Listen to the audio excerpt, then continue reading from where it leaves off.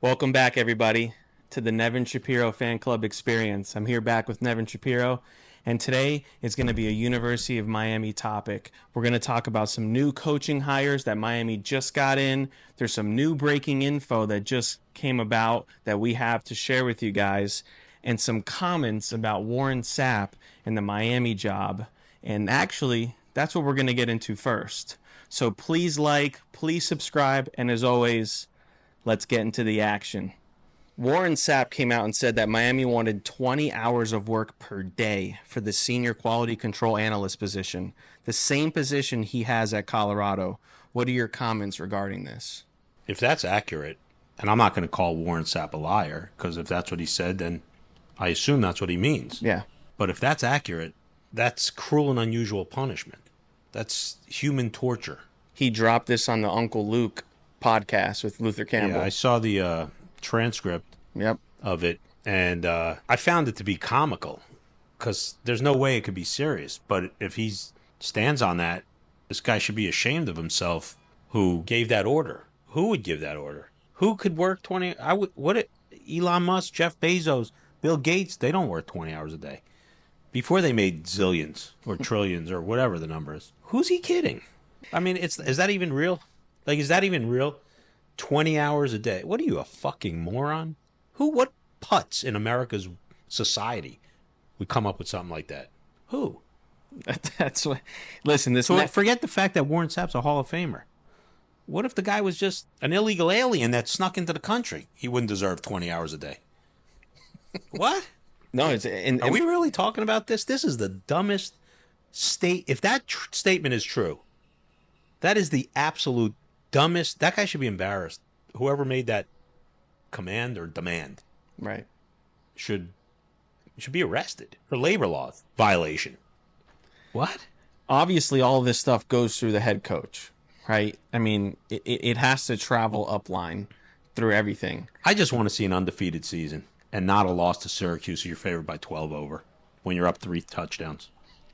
I really don't want to hear about labor laws. That's the dumbest thing I've ever heard in my life. My analogy was that there could be some internal conflict. So this is my question. Do you believe that there is some internal conflict between Mario Cristobal and Warren Sapp, and that he's doing this on purpose in order for him to just reject the role? Like, he's making it so ridiculous to purposely for him to not accept this role. Sabotaging somebody's desire to have that job. I'm wanting to get your perspective, because the way I looked at it, it's like, well, there's some going on internally. I've heard commentary. I've been told commentary, and you know who the sources are. Yeah. So, I really want to tell everyone, but I just can't. And Sapp probably should have had that defensive line job. And that's no knock on Jason Taylor. He's a Hall of Famer, and he's been a really good recruiter from what I've been told. And I don't have anything bad to say about Jason Taylor. Yeah. Whatsoever. But as far as the Warren Sapp, you can understand why he may be salty. He's sort of given blood to the school. He's cut from the cloth. He's right? Our guy. So do you feel that there is an internal conflict between Mario and him, or somebody on the staff and him? I know there is. Okay. But, it's better if it comes from, like, Barry Jackson. Maybe people will believe it. Even though Barry Jackson used to get his information from me. Just saying. So Miami recently hired Damian Lewis as their D-line coach. Do you think this was a good hire? Yes. Why do you think so? Well, he played there. Mm-hmm. He's done a good job with Colorado's defensive line, certainly improved from what they were. They were an atrocity 2 years ago. There's been steady improvement. I don't know much about his recruiting ability, but I'm going to assume he knows the lay of the land. And I've heard good things from former players regarding him. So I think, it's a really good hire. Would you have rather had him or Warren Sapp? I don't know enough about the depths of their coaching skill set. Okay. So it wouldn't be a fair. I couldn't give an honest response. I don't know.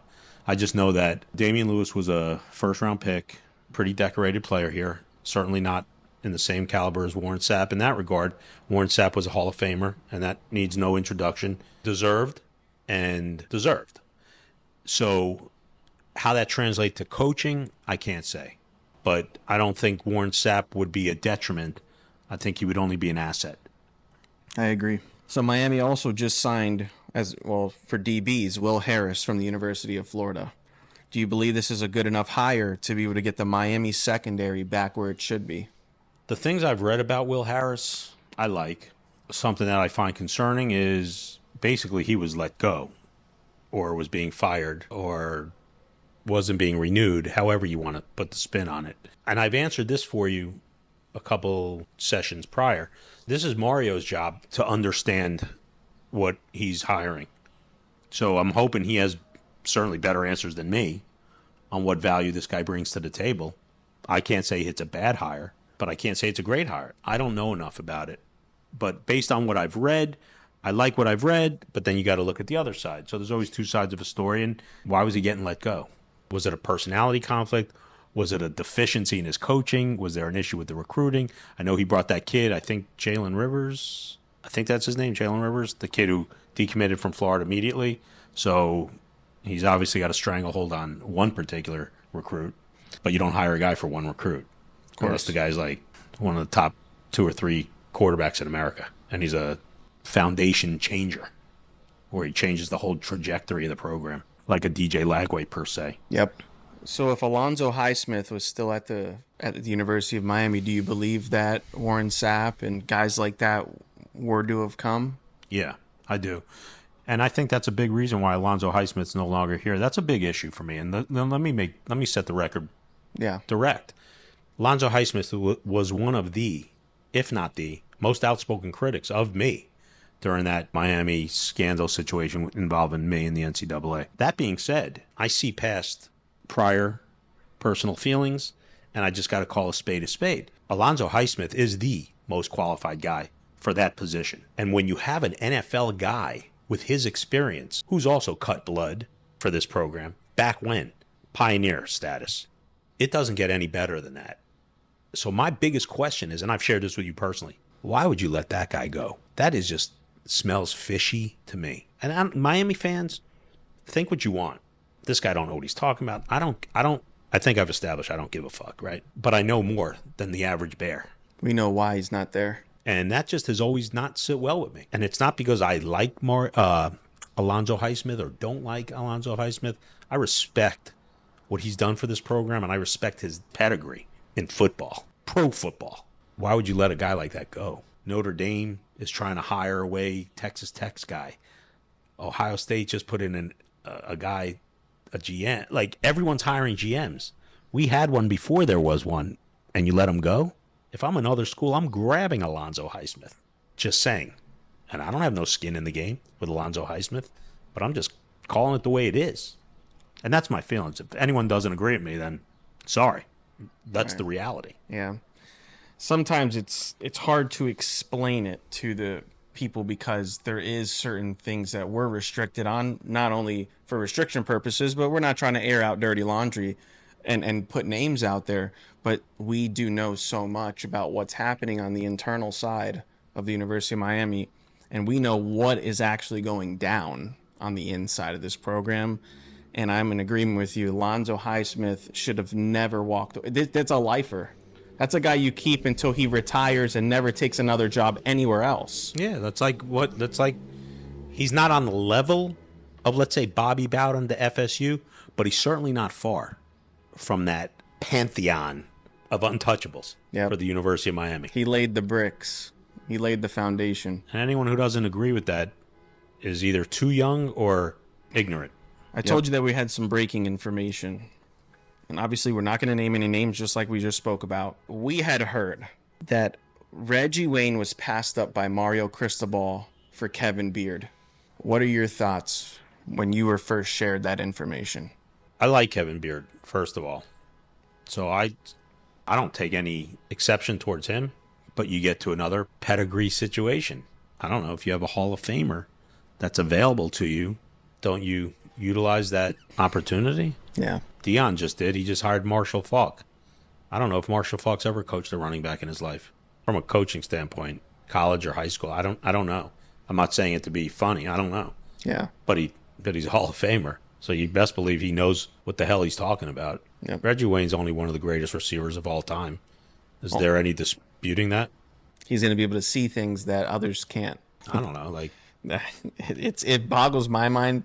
Even sometimes when I'm putting together some of these questions, when you ask it's these just questions, to the casual fan, it must sound like this is like a Bash Mario Cristobal type of show or interview or whatever we're doing. And certainly, I just respond to what you ask me, right? So if anyone wants to blame anyone, blame him. But I just respond to what you ask me. yeah. And if people want to be lied to, I get it. You want to believe like everything's okay. Are you feeling okay? Yeah, I'm okay. I'm good. But you're really not. You're sick. But you're just saying you're good. So people just want to be just glossed over. Watch someone else. You're not going to get it from me. I'm going to answer your questions the way I feel and for the most part what I know. If you ask me my opinion, I'm going to give you my opinion. That doesn't mean everyone has to agree with my opinion. It's more than an educated guess. The way I look at it, and he is right, it would be a blame on me because I do make a lot of the questions, most of all of them. For me, I don't want to ask the most generic questions that the Barry Jacksons are asking or, the Alex Donos Yeah, of the University of Miami. softball lobs. The softball lobs.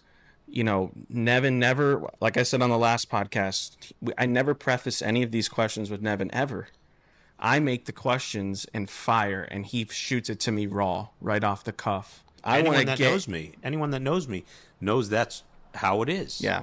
And if you're watching this, especially at this point in the podcast, you've been sitting on here for at least the last 20, 15 minutes, however long it's been, and you're probably a diehard Kane fan at this point if you're watching this long. This is probably what you want to hear.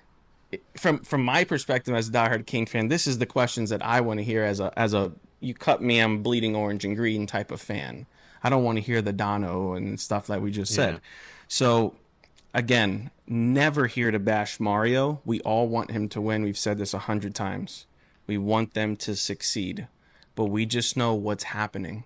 We know what's going on. There's certain things that are good and there's certain things that are not, but we're going to air it out as best as we can. I sat there and watched it in the early mid 2000s as our program disintegrated before my eyes.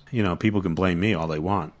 I did the best I could with what I was afforded to me, but I didn't have ultimate control. I just wanted them. I was you 20 something years ago. I used to take that to sleep with me and be miserable. Now I'm just, there's other things in life that I'm concerned with. My mortality, for one. So the final question I have for you, Nevin, in your opinion, what record this year secures Mario Cristobal's job for another 2 to 3 years after this year? I don't think there's a record. They're going to win at least. They could win all 12. I mean, they could. Let's be real. They could. If they get through that first month undefeated, they'll be in the same position they were in last year. And I'm sure they'll find a way to fuck something up. Right? But let's say on the worst case, they won 7 games or 8 games. He's safe. If he won 4 games, which he'll win more than 4, but if he won 4 games, he'd be safe. You think for at least, yeah, because you've said 2 years at least. I don't think he's going anywhere. I don't think the guys that hired him are going to accept failure. Forget the fan base's feelings. And I've shared, they can become hostile. Right? So if you can't beat them, join them. So I joined them again. So this fucking guy better win. That's it. What else is there to say? I'm one of them. Win. Who gives a shit? If you're a dictator, if you're not a dictator, if you're an egomaniac, you're not an egomaniac, you think you're Nick Saban, you're not Nick Saban, what's the difference? Just win. You're 12-0, all that shit goes away. It don't matter. You go 8-4, you're catching heat. You go 9-3, you'll probably scoot by another year and blame someone. Anything less than 9 wins? I don't want to see this happen, but if he were to pull a Mike Norvell and go 2-10, somehow, I don't know how that would happen, but if it were to, I mean, nobody saw the Florida State thing I can tell you one thing. He'll be sitting at Starbucks lonely in Gables Estates. I don't think anybody would take that. Listen, honestly, if I was the head coach and I was making that kind of money, even if I wasn't making that kind of money and I was 2-10, I wouldn't expect to have any friends. And he gave back money to the university, Mike Norvell. He gave back millions going 2-10, which rightly so. I think that Maybe, was a play to well, not lose his maybe he job. was feeling very philanthropic or guilty. I don't know. But that's the contract. He earned it. They paid him that. You get whatever you sign for it. That's it. That's his money. As far as Mario, I don't think he's giving back any money. No, not yet. Nor should he. He signed a contract. If you can get whatever money you can get from anyone that you do business with and they pay it, the market's only whatever you make it. I got no problem with him getting $80 million. I don't. I just have a problem as a fan with him getting $80 million and choking the way he did. With the He's a team great that he had. recruiter. He's proven it. He's an excellent recruiter. So is Brian Hartline for Ohio State. He's a receivers coach. He gets $2 million or $3 million a year. $2 million, I think. He deserves it. He recruits $2 million worth. He earns a salary. More than $2 million. He earns a salary. Yep. And that's my thoughts. And you know I hate Ohio State. I hate them. But you got to be honest. Anything I say about Mario comes from a place of knowledge and numbers. I don't dream up these scenarios. He's earned these scenarios. He did a great job at FIU. They were a fucking doormat. He did a great job prior to that at Rutgers, recruiting under Graciano. He was a GA here. He did his work. He learned under Butch, and, he did his work. He was a good recruiter for Alabama. I heard some mixed things, some good, some not so good. I wasn't there. I was locked up, so I really can't speak firsthand from what took place. He's been a really good recruiter here. He's got a lot of talent in this program. He has done a great job putting talent in the stable, in this program. But what good is having talent if you can't coach it and develop it? Simple question. You guys answer it. Yeah, I agree. You can't. What I say that's wrong? With what you had, to only have 10 wins and I don't lead. I don't see a tremendous difference in results between Mario Cristobal and Manny Diaz. I see a tremendous difference in attitude and approach, business-like. Talent is upgraded, but what does your boss look at the end of the year, at the end of a quarter? Your results. Mike, you're the nicest guy in the world, except you can't sell shit. You got to go. It's all about the results. What's the difference between him and Manny Diaz? Did you run their records after 4 years? Yeah. After 3 years? Mario has a few more wins than Manny. Yeah. Few more. With NIL. Yeah. And the best quarterback in the country. Yep. It's very small. Very small difference. So, do you believe that Manny Diaz would have blown a 21-point lead against Syracuse? Being he's a defensive guy? Probably. Okay. I'm not gonna bash Mario in that regard. I just got that game has really left a sour taste in my mouth. There was just too much to play for.